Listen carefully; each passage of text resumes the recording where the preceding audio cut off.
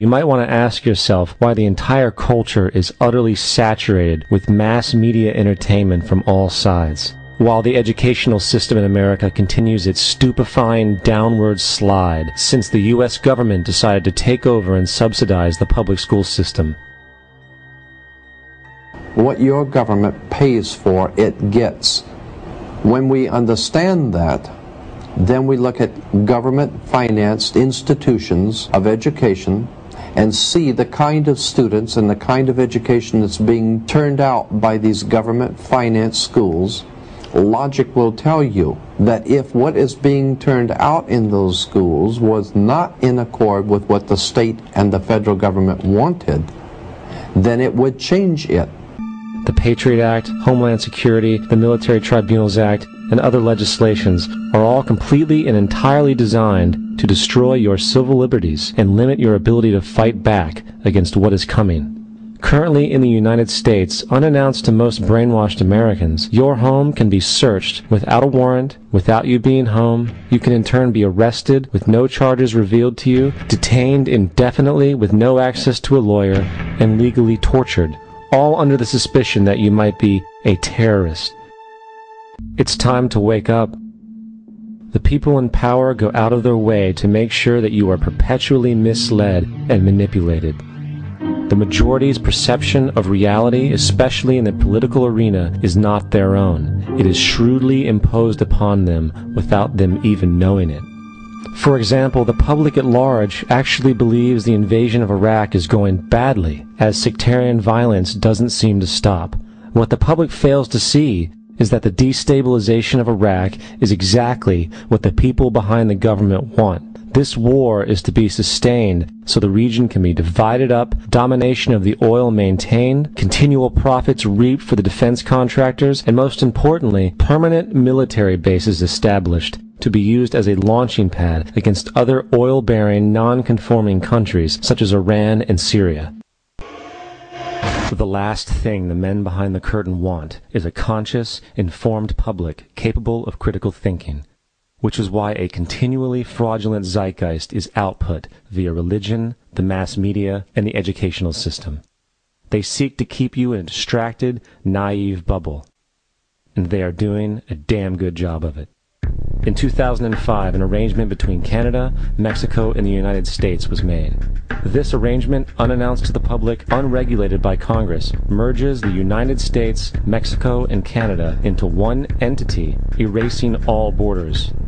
It's called the North American Union, and you might want to ask yourself why you've never heard of this. In fact, there is only one mainstream reporter who has actually heard of and has had the courage to cover this issue. The Bush administration's open borders policy and its decision to ignore the enforcement of this country's immigration laws is part of a broader agenda.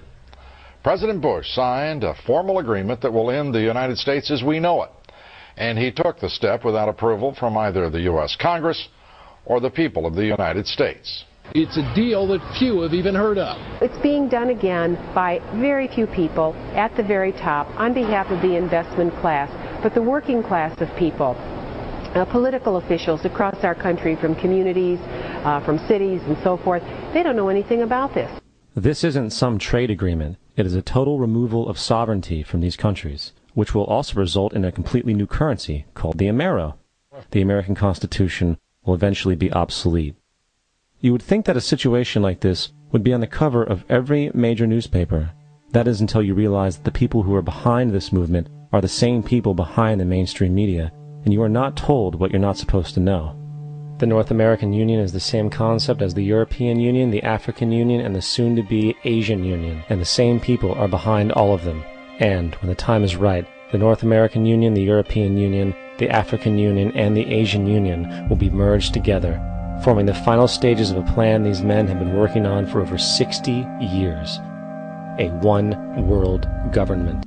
And if we have learned anything from history, it is that power corrupts, and absolute power corrupts absolutely. This is Aaron Russo, a filmmaker and former politician. To his left is Nicholas Rockefeller of the infamous Rockefeller banking and business dynasty. After maintaining a close friendship with Nicholas Rockefeller, Aaron eventually ended the relationship, appalled by what he had learned about the Rockefellers and their ambitions. I got a call one day from an attorney woman I knew, and she said, would you like to meet one of the Rockefellers?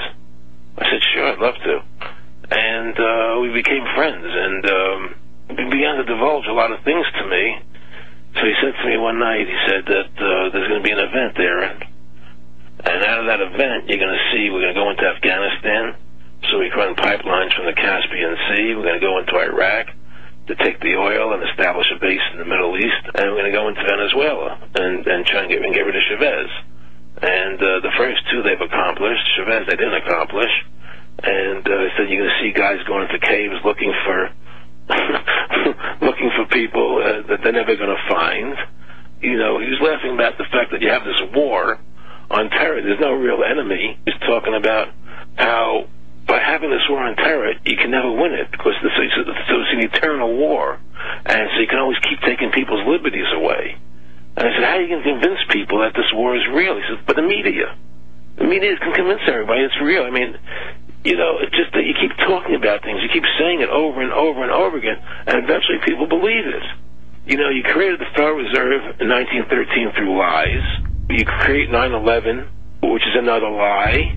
Through 9/11, you're fighting a war on terror, and now all of a sudden you go into Iraq, which was another lie, and now they're going to do Iran.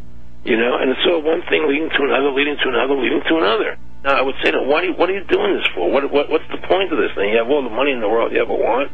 You have all the power. I said, you know, you're hurting people. It's not a good thing. And he would say, what do you care about the people for? Take care of yourself and you take care of your family.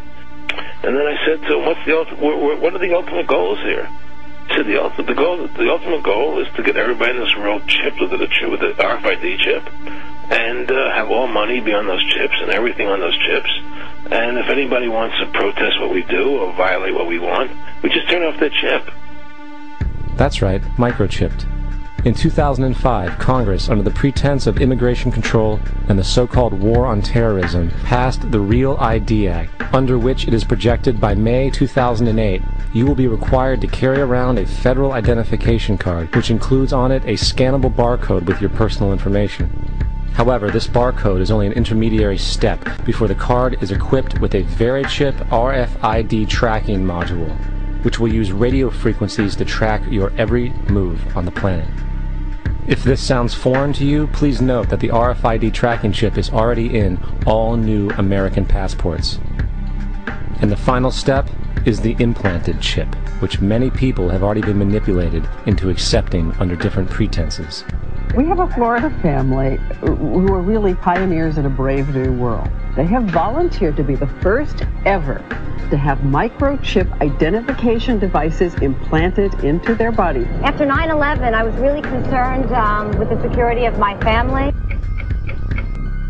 In the end, everybody will be locked into a monitored control grid where every single action you perform is documented. And if you get out of line, they can just turn off your chip, for at that point in time, every single aspect of society will revolve around interactions with the chips.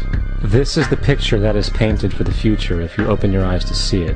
A centralized one-world economy where everyone's moves and everyone's transactions are tracked and monitored, all rights removed. The most incredible aspect of all. These totalitarian elements will not be forced upon the people. The people will demand them. For the social manipulation of society through the generation of fear and division has completely detached humans from their sense of power and reality. A process which has been going on for centuries, if not millennia. Religion, patriotism, race, wealth, class, and every other form of arbitrary, separatist identification and thus conceit has served to create a controlled population, utterly malleable in the hands of the few. Divide and conquer is the motto, and as long as people continue to see themselves as separate from everything else, they lend themselves to being completely enslaved. The men behind the curtain know this, and they also know that if people ever realize the truth of their relationship to nature and the truth of their personal power, the entire manufactured zeitgeist they prey upon will collapse like a house of cards.